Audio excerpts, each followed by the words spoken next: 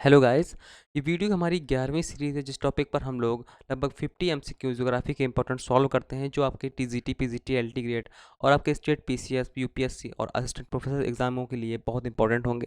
इस टॉपिक पर हम लोग लगभग जो टारगेट है हमारा वो लगभग 10,000 एमसीक्यू को सॉल्व करना है जो विभिन्न एग्जामों के लिए महत्वपूर्ण होंगे। और जो इम्पोर्टेंट लिंक हैं वो हमने लास्ट पेज में लगा रखी हैं जो आप टेलीग्राम चैनल के माध्यम से प्राप्त कर सकते हैं। जैसे कि हम देखते हैं कि इम्पोर्टेंट बुक्स हैं उनकी चर्चा हमने की है, इम्पोर्टेंट थ्योरी की है उनकी हमने अलग चर्चा की है, तो वो सब एग्ज़ाम की दृष्टि से बहुत महत्वपूर्ण है। जो एग्ज़ाम में बुक्स आ चुकी हैं उनकी भी हमने चर्चा की है, तो उनकी जो लिंक है वो दी गई है, आप वहाँ से प्राप्त कर सकते हैं। तो आते हैं पहले क्वेश्चन पर। पहला क्वेश्चन कहता है, निम्नलिखित में कौन सा युग्म सुमेलित है? लोथेन ग्रीन का महाद्वीपीय क्षैतिज विस्थापन सिद्धांत, बिल्कुल गलत। एफ बी टेलर का चतुष्फलकीय सिद्धांत, बिल्कुल गलत। अल्फ्रेड वेगनर का विस्थापन परिकल्पना, बिल्कुल गलत। हैरी एस का परचुंबकत्व सिद्धांत, ये बिल्कुल सही है।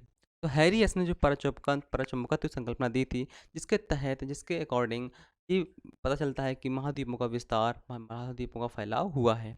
अब देखिए बात करते हैं लोथेन ग्रीन की। तो इन्होंने चतुष्फलकी सिद्धांत दिया था, यानी महाद्वीपीय चतुष्फलकी सिद्धांत दिया था।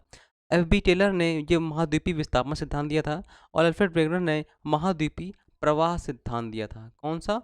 प्रवाह सिद्धांत। इन दोनों में लोगों को बहुत कन्फ्यूजन रहता है, तो याद रखिएगा थोड़ा। तो अगले क्वेश्चन पर आते हैं। अगला क्वेश्चन कहता है, कथन दिया गया है और कारण दिया गया है।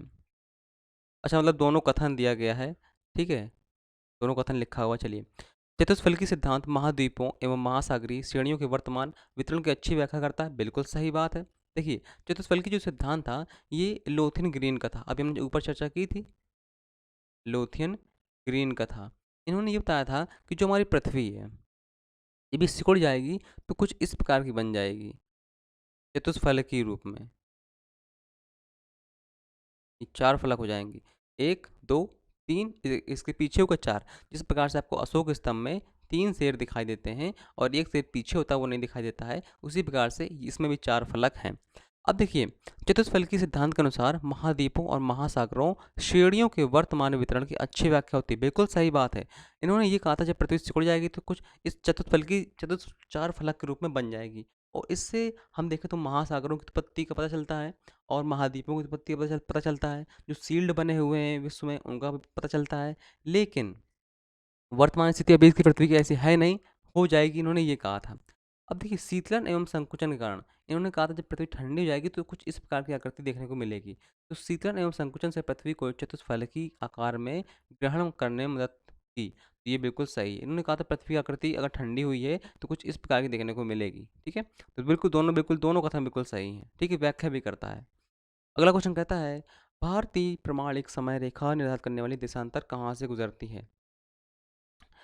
देखिए, ऑप्शन दिए गए हैं, रांची, दिल्ली, मद्रास, कलकत्ता।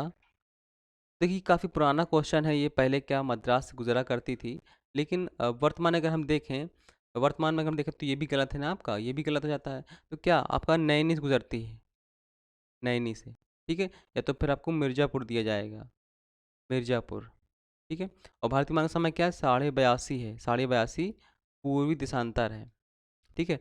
और हम बात करें कहाँ कहाँ गुजरती है, ये आपकी यूपी से, छत्तीसगढ़ से, छत्तीसगढ़ से, और आपकी उड़ीसा से, और आपकी आंध्र प्रदेश से, ठीक है। यहाँ से आपकी मानव समय जो रेखा है वो गुजरती है, ठीक है। अगला क्वेश्चन कहता है, महाद्वीपीय प्रवाह सिद्धांत का प्रतिपादन निम्न में से किसने किया था?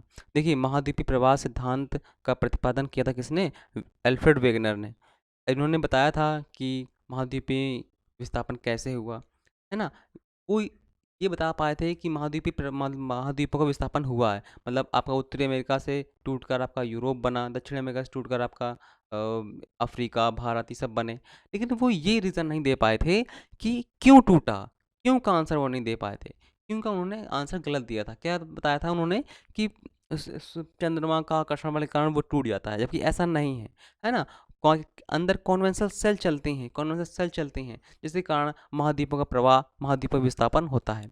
तो देखिए, महाद्वीपीय प्रवाह सिद्धांत पूछा गया यहाँ से, अगर लिखा होता महाद्वीपीय विस्थापन सिद्धांत किसने दिया, तो फिर आपका क्या हो जाता? F B Taylor F B. Taylor इसमें ऑप्शन दिया नहीं गया है। अगर यहाँ पर लिखा होता महाद्वीपीय विस्थापन सिद्धांत तो इसका आंसर हो जाता है आपका एफ.बी. टेलर। ठीक है, यहाँ पर दिया गया है महाद्वीपीय प्रवाह सिद्धांत, ये किसका आंसर है? ये बिल्कुल आपका वेगनर का है। ठीक है, दोनों में डिफरेंट थोड़ा सा ध्यान रखिएगा।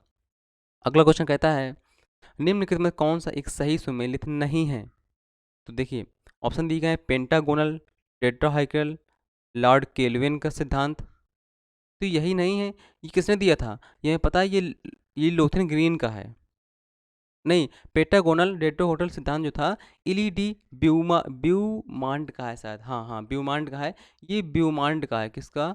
ब्यूमांड का है ये नहीं, इनका नहीं है। तो यही वाला सिद्धांत ये इनका है, तो यही सुमेलित नहीं है, सीधी सी बात है, यही सुमेलित नहीं है। क्योंकि चतुष्फलकी सिद्धांत जो है आपका लोथेन ग्रीन का है, बिल्कुल सही है।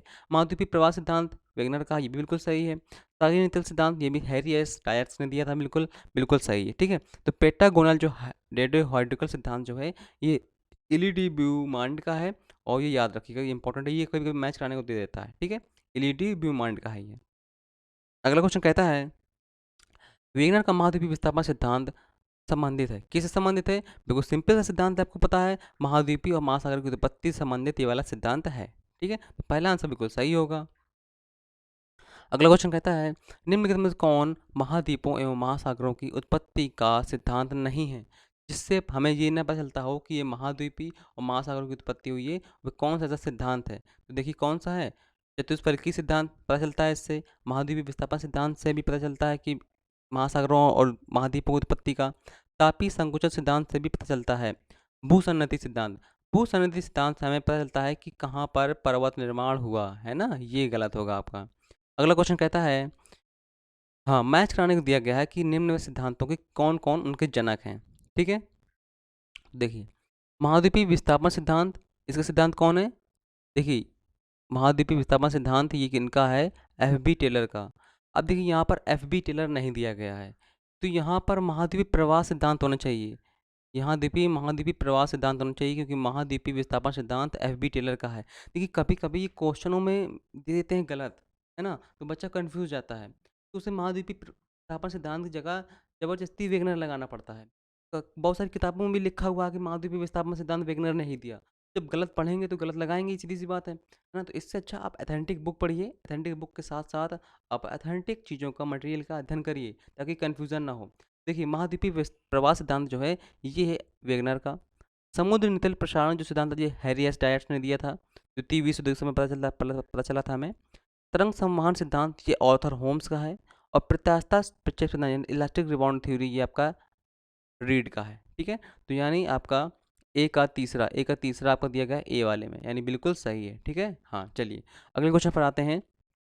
अगला क्वेश्चन कहता है यहाँ पे मिलाने को दिया गया है, वही अवधारणाएं दी गई यानी सिद्धांत दिए गए हैं, उनके प्रतिपादक दिए गए हैं। तो कहता है मैच द फॉलोइंग, यानी कौन से सही हैं, यानी मिलाना मिलाना है आपको। तो देखिए संप्राय मैदान ये तो डेविस से संबंधित है, एक रूपतावाद ये हटन संबंधित है, चतुष्फलकी संबंध ये आपका लोथेन ग्रीक का है, पारस्परिक संवाद सिद्धांत ये आपका ऑर्थर होम्स का है।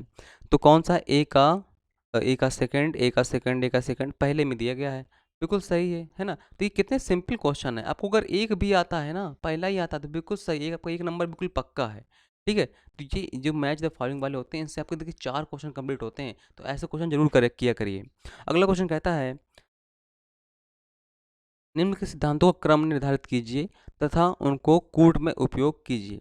यानी इन जो सिद्धांत दिए गए हैं इनका आपको क्रम के रूप में लगाना है, कौन सिद्धांत पहले आया, फिर कौन सा आया, फिर कौन सा आया, है ना। तो देखिए अगर हम बात करें तो पहला जो सिद्धांत आया वो आपका एक रूपतावाद सिद्धांत आता है।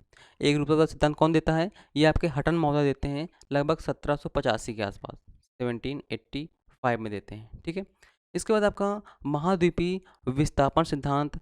अब देखिए महाद्वीपीय विस्थापन सिद्धांत और महाद्वीपीय प्रवाह सिद्धांत, तो दोनों में कन्फ्यूजन है। तो महाद्वीपीय विस्थापन सिद्धांत जो था ये एफ.बी. टेलर का था, और जो महाद्वीपीय प्रवाह सिद्धांत था तो ये जो था ये वेगनर ने दिया था। अगर हम बात करें यहाँ पर महाद्वीपीय विस्थापन सिद्धांत की, तो महाद्वीपीय विस्थापन सिद्धांत एफ.बी. टेलर ने लगभग 1908 के आसपास दिया था। ठीक है, और महाद्वीपीय प्रवाह सिद्धांत की अगर हम बात करें तो प्रवाह सिद्धांत आपका दिया था 1912 के आसपास। ठीक है, इस पर कई बार संशोधन भी हुआ है। गतिक संतुलन सिद्धांत की अगर हम बात करें तो गतिक संतुलन सिद्धांत यानी जिसे जीटी हैक ने दिया था। इसकी टाइमिंग पता नहीं, इसका समय तिथि पता नहीं है। चलिए इसकी समय तिथि नहीं पता है। तरंग समान सिद्धांत की हम बात करें तो तरंग समान सिद्धांत आर्थर होम्स ने 1928 के आसपास दिया था।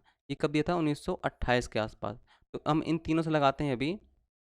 तो देखिए सबसे पहले आपका एकरूपतावाद सिद्धांत आता है, यानी पहला वाला आपका आता है। तो हमारे ये जो सिद्धांत है हमारे ये गलत हो जाते हैं, ठीक है? क्योंकि गतिज संतुलन जो सिद्धांत है ये आपका लगभग हाल ही नज़दीक का है, जिसे जीटी हैक ने दिया था, प्रतिपादित किया था।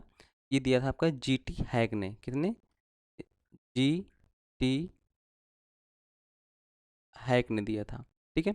हाँ, तो पहला वाला हमारा बिल्कुल सही है। पहले के बाद जो आता है आपका महाद्वीपीय विस्थापन सिद्धांत आता है, यानी पहले के बाद सेकंड आता है, सेकंड के बाद फिर आपका थर्ड आए फोर्थ आएगा, इसके बाद सबसे लास्ट में आपका गतिज संतुलन सिद्धांत आएगा, यानी डी ऑप्शन क्या हो जाता है आपका बिल्कुल सही हो जाता है। देखिए तो लगभग देखिए मतलब आपको एकरूपतावाद सिद्धांत के बारे में पता होना चाहिए, महाद्वीपीय विस्थापन और महाद्वीपीय प्रवाह सिद्धांत के बारे में पता होना चाहिए, तरंग समान सिद्धांत के बारे में पता होना चाहिए, क्योंकि ये अगर नया सिद्धांत है ये आपको नहीं पता है तो कोई भी नहीं आपसे बन जाएगा क्वेश्चन, ठीक है? चलिए अगले क्वेश्चन पर आते हैं। अगला क्वेश्चन कहता है पेंजिया का प्रयोग सर्वप्रथम किसके द्वारा किया गया? देखिए पेंजिया वही सुपर कॉन्टिनेंटल था जिसने वेगनर ने अपने महाद्वीपीय प्रवाह सिद्धांत में इसको प्रस्तुत किया था। तो पेंजिया का था, पेंजिया आपका एक सब सुपर कॉन्टिनेंटल था जिसके जिसके आसपास क्या था? पैंथालासा था। क्या? पैंथालासा था। ये आपका पैंजिया था। कौन? ये वाला महाद्वीप। ये आपका पैंजिया था, ठीक है? तो पैंजिया का वेगनर किसने प्रयोग किया? अल्फ्रेड वेगनर ने किया था। 1912 में इन्होंने सिद्धांत दिया था। अब देखिए जब पैंजिया टूटता है दो पार्ट में टूटता है, एक आपका अंगारा लैंड है ना, एक आपका गोंडवाना लैंड। और बीच में क्या? टेथिस भूसन्नति आ जाती है, ठीक है? ये दो पार्ट में टूटता है, एक इस तरफ एक इस तरफ, और बीच में टेथिस भूसन्नति आती है। टेथिस भूसन्नति का जो अगर हम आप देखें वर्तमान में अस्तित्व कौन सा है? भूमध्य सागर है, ठीक है? और अगर हम पेंजिया का वर्तमान में देखें कौन है इसका अवशेष, तो आपका अंटार्कटिका है, ठीक है? ये दोनों क्वेश्चन भी आए हुए हैं जो हमने भी बताया आपको। अगला क्वेश्चन कहता है वेगनर के अनुसार महाद्वीपीय विस्थापन के लिए निम्न में से कौन सा बल उत्तरदायी था? देखिए इन्होंने यहाँ पर ही गलती की थी कि ये अपना जो उत्तर है ये नहीं दे पाए थे। इन्होंने महाद्वीपीय विस्थापन सिद्धांत के लिए, प्रवाह सिद्धांत के लिए इन्होंने माना था कि ज्वरीय बल जो होता है वही प्रमुख कारक होता है, और इसी के अकॉर्डिंग फिर ये यहाँ पर ये गलत सिद्ध हो गए थे। ज्वरीय बल को इन्होंने माना था, जबकि एक वैज्ञानिक थे आपके जाफरी। तो जाफरी ने कहा था कि अगर ज्वरीय बल इतना ही कारगर होता यानी इतनी मजबूत होता तो पृथ्वी रोटेट करना बंद कर देती, ठीक है? तो यहाँ पर ये इन्हें गलत सिद्ध हो गए थे, तो पहला आंसर बिल्कुल इनका सही है। अगला क्वेश्चन कहता है निम्न में से कौन सा एक प्रक्रम महादेशी संचालन नहीं है? मतलब किसके माध्यम से महाद्वीपीय संचालन नहीं होता है? तो किससे नहीं होता है? देखिए अवतलन से होता है, उत्थान से होता है, निम्नजन से होता है, भूस्खलन से नहीं होता। भूस्खलन से क्या होती है? वहाँ पर भ्रंश उत्पन्न हो जाता है, ठीक है? तो उससे क्या होगा? उससे नहीं होगा।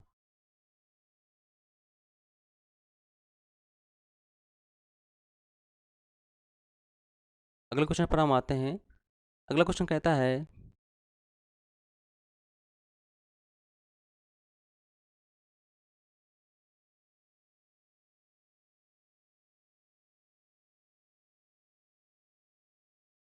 तो यहाँ पर आपको पता चलेगा भूस्खलन जो है आपका इसके कारण क्या होता है?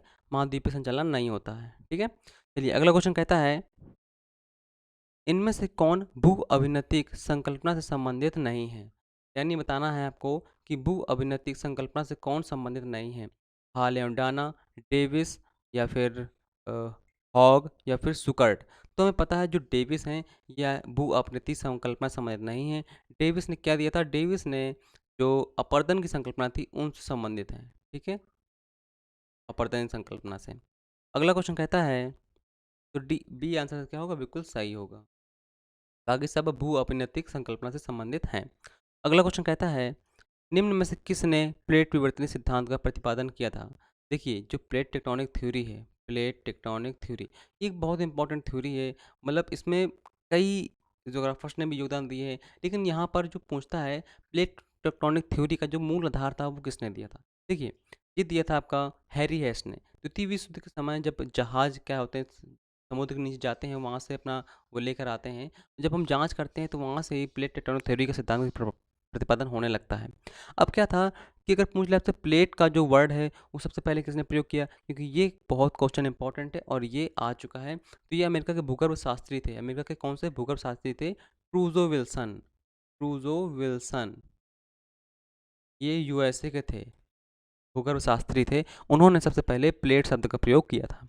अगला क्वेश्चन कहता है, निम्नलिखित में कौन सी नदी भ्रंश घाटी से होकर प्रभावित होती है? तो कौन सी नदी है आपकी? हमने बताया था आपको जो नर्मदा है और आपकी ताप्ती है, ये दोनों नदियाँ भ्रंश घाटी से होकर बहती हैं। तो दोनों इंपॉर्टेंट हैं आपकी। भ्रंश क्या होता है? जैसे मान लिया आपका ये स्थान है और ये अगर ये धंस जाता है नीचे तो यहाँ पर भ्रंश कुछ इस प्रकार का बन जाता है ना। अब यहाँ से नदी बहने लगती है तो इसे हम बोलते हैं भ्रंश। तो ताप्ती नदी क्या है? ये है। आपका नर्मदा अगर होता तो वो भी बिल्कुल सही था। अगला क्वेश्चन कहता है, निम्न में किस विद्वान ने प्लेट विवर्तनी की संकल्पना का प्रतिपादन किया? देखिए ऑप्शन दिए गए हैं, JB Wilson, TP Mackenzie, Arthur R K Parker, उपरोक्त तीनों। देखिए हम बताते हैं जो प्लेट टेक्टोनिक थ्योरी है इसमें बहुत सारे जोग्राफर्स का योगदान है। सबसे पहले अगर हम बात करें तो जो वेगनर साहब, वेगनर महोदय ने दिया था सिद्धांत, वहाँ से इसकी शुरुआत मानी जाती क्योंकि उन्होंने ही सबसे पहले बताया था कि महाद्वीपीय विस्थापन हुआ है ना? उन्होंने साक्ष्य भी दिए थे। तो जेडी विल्सन ने, है ना, ट्रूजो विल्सन यानी जो उन्होंने प्लेट सबसे पहले प्रयोग किया था, योगदान है, सीधी सी बात है। और मैकेंजी, आर्थर होम्स, इन्होंने प्लेट प्लेट टेक्टोनिक थ्योरी में महत्वपूर्ण योगदान दिया। पार्कर पार्कर ने भी योगदान योगदान दिया, है ना? जो आपका समुद्र नितली प्रसारण प्रसारण था, इनमें योगदान दिया उन्होंने। तो यानी तीनों ने बहुत महत्वपूर्ण योगदान दिया। तो ये बिल्कुल सभी सही है। ठीक है। अगला क्वेश्चन कहता है, निम्नलिखित में कौन सी भारत की सबसे प्राचीनतम पर्वत श्रृंखला है? देखिए अगर हम बात करें सबसे प्राचीनतम की, तो सबसे प्राचीनतम भारत में अरावली है। अरावली जो है ये आपकी प्री कैम्ब्रियन एरा की बनी हुई है। ठीक है, प्री कैम्ब्रियन एरा हुई की, यानी जब पृथ्वी की शुरुआत होती है, लगभग जब पृथ्वी पर संरचना निर्माण होने लगता है, तब की बनी हुई है अरावली। तब अपने समय में कितनी ऊंची हुआ करती थी, जब हाल ही में वर्तमान दशा में इतनी ऊंची है। ठीक है, अरावली कहाँ पर स्थित है? ये आपके राजस्थान में स्थित है। अधिकतर इसका राजस्थान में आता है, राजस्थान में आता है। वैसे तो गुजरात में भी है ना? और थोड़ी सी आपकी दिल्ली तक गई। जो आपका दिल्ली में राष्ट्रपति भवन है, रायसीना हिल्स में बना हुआ है, वो इसी का हिस्सा है। ठीक है। अगला क्वेश्चन कहता है, भू अभिनति की अवधारणा किसने प्रतिपादित की थी? भू अभिनति की अवधारणा किसने प्रतिपादित की थी? तो ये प्रतिपादित की थी आपने हॉल एवं डॉना ने। किसने? हॉल एवं डॉना ने प्रतिपादित की थी। अब देखिए हॉल एवं डॉना ने, ये अमेरिका के मतलब जोग्राफर्स थे। अपलेशन पर्वतों के अध्ययन के आधार पर इन्होंने भू अभिनति शब्द का प्रयोग किया था। किसका? जो आपका वहाँ पर अपलेशन पर्वत बना हुआ है, अपलेशन पर्वत, अपलेशन पर्वत बना हुआ है। अपलेशन पर्वत भी अरावली के समकक्ष माना जाता है, क्योंकि ये भी एक बहुत प्राचीन पर्वत श्रृंखला है जो कहाँ पर स्थित है? जो अमेरिका में स्थित है और अमेरिका के पूर्वी भाग पर स्थित है। ठीक है, चलिए अगला क्वेश्चन कहते हैं, अगला क्वेश्चन कहता है, कैलिफोर्निया में सान एंड्रियास फॉल्ट जो बना हुआ है, पटल सीमा और पटल गतिक में निम्न किस प्रकारों का उदाहरण है? मतलब वहाँ पर ये पूछता है आपसे, जहाँ जो आपका सैन एंड्रियास फॉल्ट है कैलिफोर्निया में बना हुआ है, वो किन का भाग है? मतलब वहाँ पर क्या होता है? देखिए वामावर्त साथ रूपांतरित सीमा, दक्षिण गति के साथ रूपांतरित सीमा, वामावर्त गति के साथ अपसारी सीमा, दक्षिणावर्त गति के साथ अपसारी सीमा। तो वहाँ पर अभिसारी और अपसारी सीमा नहीं होती है, वहाँ पर रूपांतरित सीमा होती है, वो भी दक्षिणवर्त गति के साथ होती है वहाँ पर सीमा। ठीक है, दक्षिणावर्त गति के साथ वहाँ पर क्या होती है? वहाँ पर गति होती है, जिसका वहाँ पर विश्व के सबसे बड़े फॉल्ट और विश्व के सबसे बड़े भूकंप के झटके महसूस किए जाते हैं। ठीक है, कैलिफोर्निया सान एंड्रियास फॉल्ट जो है, इस पर मूवी बन चुकी है, आप उसे देखेंगे तो आपको ये सब चीज़ें आपको अच्छी लगेंगी। ठीक है, अगला क्वेश्चन कहता है, नाज़का प्लेट किस दिशा की ओर बढ़ रही है? अब हमें ये पता होना चाहिए, नाज़का प्लेट है, कोकोस प्लेट है, जो छोटी-छोटी प्लेटें हैं आपकी, जुआन दे फूका प्लेट है, ये सब प्लेटें होती कहाँ हैं? जब आप ये देखेंगे मैप में, तभी आप इसको अच्छे से लगा पाएँगे, क्योंकि हमें पता होना चाहिए कौन सी प्लेट कहाँ पर है, तभी हम इसका आंसर लगा सकते हैं। अब देखिए विश्व में 6 बड़ी प्लेटें बाँटी गई हैं, 20 छोटी प्लेटें बाँटी गई हैं, यानी कितनी? 6 बड़ी प्लेटें हैं आपको। 6 बड़ी प्लेटें अगर आप गिने, उत्तरी अमेरिका, दक्षिण अमेरिका, यूरोप और आपका यूरेशिया प्लेट है, आपकी एशिया प्लेट है, मतलब इंडो ऑस्ट्रेलिया प्लेट है, और आपकी अफ्रीकन प्लेट है, अंटार्कटिका प्लेट है। तो ये जो प्लेटें बड़ी-बड़ी 6 प्लेटें बाँटी गई हैं, इस प्रकार से 20 छोटी प्लेटें बाँटी गई हैं। जैसे आपके देख लें अपनी नाज़का प्लेट है, कोकोस प्लेट है ना? और आपकी जुआन दे फूका प्लेट है। जापानीज़ प्लेट, बहुत सारी प्लेटें हैं आपकी बाँटी गई हैं। तो यहाँ पर पूछ रहा है आपसे नाज़का प्लेट है। नाज़का प्लेट किस ओर बढ़ रही है? तो नाज़का प्लेट जो है आपकी ये पूर्व दिशा की ओर बढ़ रही है। कहाँ पर? पूर्व दिशा की ओर। जहाँ पर आप देख पा रहे होंगे कि उसका निर्माण हो रहा है किसका? एंडीज़ पर्वत का निर्माण हो रहा है, एंडीज़ पर्वत का निर्माण। नाज़का प्लेट कहाँ है? पूर्व की तरफ बढ़ रही है, ठीक है? और किससे? आपकी जो साउथ अमेरिका है उस प्लेट से भिड़ रही है, ठीक है? तो पूर्व की ओर बढ़ रही है। अगला क्वेश्चन कहता है निम्नलिखित में से कौन-सा पर्वत वलित पर्वत नहीं है? यानी आपसे पूछ रहा है कौन-सा वलित पर्वत नहीं है? एंडीज़, हिमालय, आल्प्स या फिर ब्लैक फॉरेस्ट? देखिए हमें पता है वलित पर्वत क्या होते हैं? वलित पर्वत वे पर्वत होते हैं जो जिनका हाल ही में निर्माण हुआ है और बिल्कुल नए हैं। तो ब्लैक फॉरेस्ट जो है आपका ये आपका वलित पर्वत नहीं है, बाकी ये सब आपके क्या है? वलित पर्वत है, ठीक है? ब्लैक फॉरेस्ट क्या है? नहीं है वलित पर्वत। अगला क्वेश्चन कहता है यूराल पर्वत किस श्रेणी के पर्वत हैं? यानी देखिए, यूराल पर्वत किस श्रेणी के पर्वत हैं? क्या होता है कि पर्वतों के निर्माण की एक प्रक्रिया होती है। कुछ सरल प्रक्रिया से बनते हैं, कुछ जटिल प्रक्रिया से बनते हैं। तो जो यूराल पर्वत है, ये एक प्रकार से अगर हम देखें तो प्राचीन पर्वत है। ये आपका जैसे अपलेशन माउंटेन है, अरावली माउंटेन है, तब के समय का एक बना हुआ ये पर्वत है, यानी यूराल पर्वत है। क्या है? प्राचीन पर्वत है। जो यूराल पर्वत है, किसे अलग करता है? यूरोप और आपको एशिया, इसे अलग करता है। यहाँ पर यूराल नदी भी बहती है, यूराल पर्वत भी है, ठीक है? अगला क्वेश्चन कहता है संसार के सबसे युवा पर्वत कौन से हैं? तो हमें पता है हिमालय, ये सिंपल सी बात है ना? सबसे युवा पर्वत क्या है? हिमालय ही है। अगर हिमालय के अंदर भी दिया होता आपका शिवालिक, ऑप्शन में दिया होता तो वो होता शिवालिक, ठीक है? याद रखिएगा। अगला क्वेश्चन कहता है भारत में अरावली पर्वत का निर्माण कब हुआ? मैंने बताया था ना कि अरावली जो पर्वत है ये विश्व का सबसे प्राचीन पर्वत है, सबसे प्राचीन पर्वत है। तो कब निर्माण होगा इसका? इसका कैलोडियन ईरा में निर्माण होता है। कब होता है? कैलोडियन कैलोडियन ईरा में निर्माण होता है इसका। मेसोजोइक और सिनोजोइक, नियोजोइक। मेसोजोइक में तो निर्माण नहीं होता है, सिनोजोइक, सिनोजोइक और नियोजोइक, इन दो में क्या होता है? हिमालय का निर्माण होता है। किन में? हिमालय का, हिमालय का निर्माण होता है। अगला क्वेश्चन कहता है निम्नलिखित में से कौन सा भारतीय प्लेट का भाग नहीं है? ऑस्ट्रेलिया, सऊदी अरब, बोर्नियो या फिर श्रीलंका? तो हमें पता है जो भारतीय प्लेट है वो कैसी कुछ इस प्रकार की बनी हुई है, कुछ इस प्रकार की भारतीय प्लेट बनी हुई है। इसमें आपका भारत से लेकर है ना ऑस्ट्रेलिया तक का हिस्सा आता है। यहाँ पर आपका श्रीलंका आता है तो ये भी हिस्सा होगा, है ना? ऑस्ट्रेलिया आता है ये भी हिस्सा होगा, बोर्नियो भी यहाँ आता है ये भी इसका हिस्सा होगा। लेकिन जो सऊदी अरब है वो कुछ इस तरफ इधर आता है ना? ये अरेबियन प्लेट का हिस्सा है, जो छोटी प्लेट मानी जाती है। तो सऊदी अरब नहीं होगा, ठीक है? तो सऊदी अरब नहीं होगा। अगला क्वेश्चन कहता है समुद्र तल के प्रसारण के सिद्धांत किसने प्रतिपादित किया था? देखिए समुद्र का प्रसार सिद्धांत जो दिया था हैरी हेस और डायट्स ने दिया था। किसने दिया था? हैरी हेस और डायट्स ने दिया था। डेविस जो है आपके ये किससे संबंधित है? ये आपके अपरदन चक्र से संबंधित हैं। और अगर हम बात करें रेडजल हैं और आपके विग्नर हैं, इनका अलग अलग सिद्धांत दिया था। रेडजल ने अगर हम बात करें तो इन्होंने ले ब्रांसम की अवधारणा को प्रस्तुत किया था, है ना? और आपके विग्नर जो हैं इन्होंने भी सिद्धांत प्रतिपादित किया था, महाद्वीपीय प्रवाह सिद्धांत। तो और एरी जो हैं आपके ये आपके ज्वार भाटा सिद्धांत से संबंध रखते हैं, है ना? सबके अलग अलग सिद्धांत इन्होंने दिए थे। अगला क्वेश्चन कहता है निम्नलिखित में कौन सी पर्वत श्रेणी पामीर घाट की नहीं, पामीर घाट से नहीं निकलती है? तो यहाँ पर देखिए पामीर घाट है कहाँ पर? आपको पता होना चाहिए। ये पामीर घाट जो है आपकी ये जम्मू कश्मीर के ऊपर है, जिसे हम पामीर का पठार बोलते हैं, है ना? तो वहाँ से आपकी हिंदू कुश निकलती है, हिमालय भी निकलती है, हिंगन नहीं निकलती है। कुनलुन कुनलुन है, तियान शान है, कुल्लुन शान है, वो सब निकलती हैं, ये सब निकलती हैं, है ना? खिंगन नहीं निकलती है, ठीक है? तो यहाँ पर क्या हो खिंगन इसका आंसर बिल्कुल सही होगा। अगला क्वेश्चन कहता है निम्नलिखित में से कौन सा युग्म सुमेलित है? यानी कौन सा सुमेलित आपको बताना है। ब्लैक फॉरेस्ट जर्मनी में बिल्कुल सही है। पेनाइन्स कहाँ पे? पेनाइन्स आपके देखने को मिलेंगे इटली के आसपास। सियरा नेवादा आपको मिलेंगे यूएसए के पास। वासजेस ये भी आपको यूएसए में मिलेंगे। तो यानी ये आपके जो कहाँ ये आपके गलत हैं। बाकी ये आपका ब्लैक फॉरेस्ट जर्मनी में बिल्कुल सही है, ठीक है? माउंट ब्लांक इसकी ये सबसे ऊंची चोटी है ब्लैक फॉरेस्ट की। अगला क्वेश्चन कहता है नवीन वलित पर्वतों को टर्सरी पर्वत कहा जाता है। बिल्कुल सही बात है। नवीन वलित पर्वतों को टर्सरी पर्वत कहा जाता है। हर्षियन पर्वतीकरण के बाद इनका एक निर्माण की प्रक्रिया आती है, तब ये निर्माण होते हैं। बिल्कुल सही बात है। इसके बाद कहता है इनका निर्माण मुख्यतः रचनात्मक प्लेटों किनारे हुआ है। देखिए ये वाला गलत है, ये वाला गलत है। इनका निर्माण कहाँ हुआ है? इनका निर्माण हुआ है आपका जब प्लेटें आस-पास आती हैं, यानी अभिसारी प्लेटों किनारे हुआ है, अभिसारी।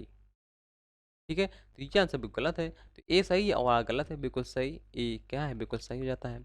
अगला क्वेश्चन कहता है निम्नलिखित पर्वतों श्रेणियों को उत्तर से दक्षिण क्रम में व्यवस्थित करना है। उत्तर से दक्षिण क्रम में कौन-कौन सी आती हैं? देखिए सबसे उत्तर में क्या आएगी? सबसे उत्तर में आपकी आएगी उम, पहले आपकी देखिए काराकोरम आती है, फिर लद्दाख आती है, फिर जास्कर आती है। तो सबसे पहले दिया गया है आपको काराकोरम तो है नहीं, लद्दाख दिया गया है, यानी ये ऑप्शन आपका बिल्कुल गलत हो गया है। पहले 2 आएगा, है ना? 2 में अब देखिए यहाँ पर देखते हैं कौन। काराकोरम के बाद है फिर लद्दाख, फिर जास्कर। जास्कर श्रेणी दी गई है, हाँ, तो 2 के बाद 4 आएगा। चलिए अभी मैच कर रहा है, ठीक है? इसके बाद फिर आपका आता है काराकोरम, लद्दाख, जास्कर, फिर पीर पंजाल आता है, फिर धौलाधर आती है, फिर आपकी शिवालिक आती है। ये श्रेणी का क्रम है, याद रखिएगा थोड़ा, ठीक है? लिख लीजिए काराकोरम, लद्दाख, जास्कर, इसके बाद फिर ग्रेट हिमालय आता है यहाँ पर, फिर पीर पंजाल, फिर धौलाधर और फिर शिवालिक। ये उत्तर से दक्षिण का क्रम है, आपको ना याद हो तो लिख लीजिए। तो यहाँ पर सी आंसर क्या है? बिल्कुल सही हो जाता है। अगला क्वेश्चन कहता है निम्नलिखित कौन से युग्म बिल्कुल सही सुमेलित नहीं है? यानी कोई एक सुमेलित सही नहीं होगा, तो वही बताना है आपको कौन सा सही नहीं है। देखिए गोबर ने क्राइटोजन शब्द देखो इन्होंने क्या किया था, प्लेट के लिए इन्होंने क्राइटोजन का इस्तेमाल किया था, है ना? तो बिल्कुल सही है। डॉली ने आपका ओवर मोबाइल अर्थ यानी दिया था, बिल्कुल सही बात है। विल्सन ने ईओ विल्सन मतलब आर्थर विल्सन जो आपके इन्होंने प्लेट्स के लिए जो सिद्धांत दिया था, ये भी सही है आपका। और जो कहता है आर्थर होम्स, जो होम्स हैं ये आपके इससे संबंधित नहीं है। आर्थर होम्स जो हैं आपके, ये आपके कॉन्वेंशनल सेल थ्योरी से संबंधित है। किससे? कॉन्वेंशनल सेल थ्योरी, इससे संबंधित नहीं है। किससे? कॉन्वेंशनल सेल थ्योरी संबंधित है ये, है ना? यानी आपके जो संवहन तरंग सिद्धांत बोलते हैं इसे हिंदी में, संवहन तरंग सिद्धांत बोलते हैं इसे, ठीक है? तो आपका डी आंसर क्या है? बिल्कुल सही हो जाता है, डी आंसर, ठीक है? बाकी सब सही है। अगला क्वेश्चन कहता है पर्वतों का उत्पत्ति रेडियोधर्मिता सिद्धांत किसने प्रस्तुत किया था? देखिए पर्वतों की उत्पत्ति संबंधी में बहुत सारे सिद्धांत प्रस्तुत किए थे, जैसे आपका जोली ने रेडियो एक्टिव सिद्धांत प्रस्तुत किया था, है ना? तो यही बिल्कुल सही है, जोली वाला ही पूछा गया है। जोली का क्या था? रेडियो एक्टिव सिद्धांत था। अगर हम होम्स की बात करें, इन्होंने तरंग संबंध सिद्धांत दिया था। टेली ने मौदा ने क्या दिया था? खिसकते महाद्वीपों का सिद्धांत दिया था। कोबर ने आपका भूसन्नति सिद्धांत दिया था, ठीक है? इन्होंने कहा था कि पर्वतों को पलना, कोबर ने ही कहा था। क्या कहा था? पर्वतों का पलना। भूसन्नति को कहा था पर्वतों का पलना, मतलब जहाँ पर पर्वत पलते हैं। अगला क्वेश्चन कहता है निम्नलिखित पर्वत निर्माण का सही चक्रीय कालानुक्रम क्या है? देखिए ये भी कई बार पूछा गया है। ये पर्वत निर्माण की घटना को दर्शाता है, सबसे पहले किन पर्वतों का निर्माण हुआ, सबसे पहले किन पर्वतों का निर्माण हुआ। यानी ये जो सबसे पहले आते हैं आपके कैलोडीन पर्वतों का निर्माण होता है, उसके बाद फिर आपका नहीं, कैलोडीन के पहले आपका आता है टॉर्डियन, ठीक है? उसके बाद फिर आपका आता है कैलोडियन, उसके बाद फिर आपका आता है हर्शियन और उसके बाद फिर आपका आता है अल्पाइन पर्वत, ठीक है? यानी कि जो अगर हम देखें आपके टॉर्डियन है, इन्हें हम बोल सकते हैं आपके पार्मियन यानी प्री कैम्बियन एरा भी बोल सकते हैं। क्या बोल सकते हैं? प्री कैम्बियन एरा भी बोल सकते हैं, ठीक है? तो याद रखिएगा पहले आपका पार्मियन आएगा, फिर आपका कैलोडियन कैलोडियन पर्वत आएगा, ठीक है? इसके बाद फिर आपका आता है हर्शियन और फिर आपका आता है फिर अल्पाइन। ये पर्वतों का निर्माण क्रम है। आपने देखे होंगे हर महाद्वीप में लगभग अल्पाइन पर्वत मिलते हैं, क्योंकि इनकी जो प्रक्रिया है, इनका जो निर्माण प्रक्रिया है, वो एक साथ हर महाद्वीपों में हुई है। इसलिए आपको हर महाद्वीप में अल्पाइन पर्वत देखने को मिलते हैं, ठीक है? कोई-कोई लोग कहते हैं कि जहाँ-जहाँ ब्रिटिशर्स गए वहाँ-वहाँ एक अल्पाइन पर्वत नाम रखा है और वहाँ पर हर एक अल्पाइन पर्वत मिलता है। तो ये रीज़न नहीं है, उन पर्वतों का निर्माण जो है उसी समय हुआ है, इसलिए हम बोलते हैं हर महाद्वीप में एक अल्पाइन पर्वत पाया जाता है, ठीक है? तो कौन-सा ऑप्शन बिल्कुल सही होगा? ये ऑप्शन आपका आ जाएगा बी आंसर बिल्कुल सही हो जाएगा, यानी 2 फिर 3 फिर आपका 4 फिर आपका 1, ठीक है? टॉर्डियन भी याद रखिएगा, इसे हम टॉर्डियन भी बोलते हैं, ठीक है? अगला क्वेश्चन कहता है निम्नलिखित शब्दों में किसका संबंध प्लेट विवर्तन सिद्धांत से नहीं है? देखिए, तो किसका सिद्धांत संबंधित प्लेट से नहीं है? तो उत्प्लवक का जो बल है यही नहीं है, यही नहीं है, सीधी-सी बात है। चुंबकीय विसंगति का संबंध प्लेट विवर्तनी से है, ये दिखाता है कि प्लेटों का खिसका हुआ है। प्रत्यावर्तन सिद्धांत भी दिखाता है, सागरीय नितर्क प्रसारण का सिद्धांत भी दिखाता है कि प्लेटों का विस्तार हुआ है ना? तो यही उत्प्लवक बल का संबंध इससे नहीं है। अगला क्वेश्चन कहता है, निम्नलिखित पर्वतों में से कौन-सा टर्शरी युगीन अल्पाइन तंत्र से संबंधित नहीं है? देखिए, पूछा गया है कौन सा ऐसा पर्वत है जिसका संबंध टर्सरी युगीन पर्वत से नहीं है? क्या होता है कि टर्सरी युगीन पर्वत जो होते हैं आपके हिमालय हैं, आल्प्स हैं, रॉकीज़ हैं, एंडीज़ हैं, ये आपके टर्सरी युग पर्वत कहलाते हैं, जिन्हें हम अल्पाइन युग भी बोलते हैं। तो इनमें से कौन सा नहीं? भारत का अरावली ही नहीं होगा, बाकी सब तो हैं, बाकी सब तो हैं, है ना? तो टर्सरी युग में क्या आते हैं आपके अल्पाइन पर्वत आते हैं, इसमें आपका भारत का अरावली है आपका, भारत का अरावली नहीं आता है, बाकी सब आपके रॉकीज़ हैं, एंडीज़ हैं और आपके हिमालय ये सब इसमें आते हैं, ठीक है? अगला क्वेश्चन कहता है, आल्प्स पर्वत में मैटरहॉर्न एक उदाहरण है। जो आल्प्स पर्वत है आपका, हमें पता है स्विट्ज़रलैंड में आपका आल्प्स पर्वत है। तो कहता है आल्प्स पर्वत जो है, वहाँ पर जो देखा गया जाता है मैटरहॉर्न, ये किसका उदाहरण है? ये एक पिरामिडीय रूप शिखर का उदाहरण है, मतलब एक पिरामिड के आकार का एक शिखर दिया गया है, उसे ही मैटरहॉर्न नाम दिया गया है, ठीक है? अगला क्वेश्चन कहता है, निम्नलिखित सिद्धांतों में से हैरी हेस ने प्रतिपादित किया था। हमें पता है हैरी हेस, हमने 3-4 बार अभी लगभग सॉल्व किया है। तो हैरी हेस जो थे प्लेट विवर्तनी सिद्धांत से संबंध रखते हैं। किससे? प्लेट विवर्तनी सिद्धांत से संबंध रखते हैं। अगला क्वेश्चन कहता है, निम्नलिखित में किस विद्वान का संबंध भूसन्नति सिद्धांत से संबंध नहीं है? तो देखिए, भूसन्नति सिद्धांत से पूछा गया है, तो भूसन्नति सिद्धांत से हॉग, एवडोना तो हैं ही, और कोवर ने तो खैर वो माना है कि भूसन्नतियों किसका पर्वतों का पल्ला माना है, हॉग और डॉना दोनों हैं। जेफरी नहीं जी, इनका किससे संबंध है? इनका संबंध है तापी संकुचन सिद्धांत है, तापी संकुचन सिद्धांत संबंध, तापी संकुचन सिद्धांत इन्होंने दिया था, ठीक है? अगला क्वेश्चन कहता है, चलिए कथन करने वाला है, कथन करने वाला बहुत इंपॉर्टेंट क्वेश्चन होता है, ठीक है? पहला कहता है कथन, प्लेट विवर्तन सिद्धांत सागर नितल प्रसरण के साक्ष्य पर आधारित है। बिल्कुल सही बात है ना? प्लेट विवर्तन सिद्धांत इस पर आधारित है, बिल्कुल सही बात है। तो ए क्या है? बिल्कुल बिल्कुल सही है। दूसरा कहता है आपका, सागर नितल प्रसरण की संकल्पना का सर्वप्रथम प्रतिपादन लिपि चोन द्वारा किया गया था। ये गलत है ना? ये आपका हैरियस ने किया था। तो ये गलत है आपका, ये गलत है आपका।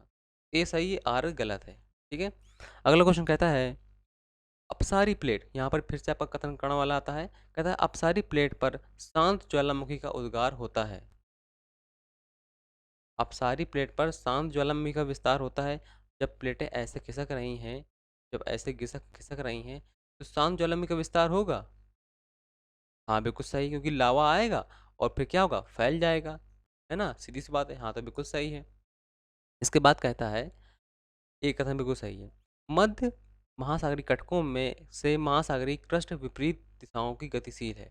महा मध्य महासागरीय कटक में जो महासागरों के बीच की जो कटक है, कह रहा है से महासागरीय क्रस्ट विपरीत दिशाओं में कटक है, मतलब जहाँ की तरफ महासागरीय कटक हैं चल रही हैं, उनकी विपरीत दिशाओं में क्या कहते हैं, महासागरीय क्रस्ट जो हैं वो चल रही हैं। मतलब अगर आपका जिस तरफ बन रहा है, आपका महाद्वीप कटक बन रहा है, उसकी विपरीत दिशा, मतलब इस तरफ क्या है? इस तरफ गतिशील है कौन? महाद्वीपीय महासागरीय क्रस्ट, ठीक है? विपरीत दिशाओं में ये यहाँ की तरफ जा रही है और ये यहाँ की तरफ जा रही है। आपने देखा होगा जो मध्य अटलांटिक कटक जो है, वहाँ पर जो रिज बनती है, एक प्लेट यहाँ की तरफ जा रही है, एक प्लेट यहाँ की तरफ जा रही है, विपरीत दिशाओं में जा रही है, तो दोनों सही हैं। लेकिन ये व्याख्या नहीं करते हैं कि वहाँ पर आपका शांत ज्वालामुखी ही बनेगा, ठीक है?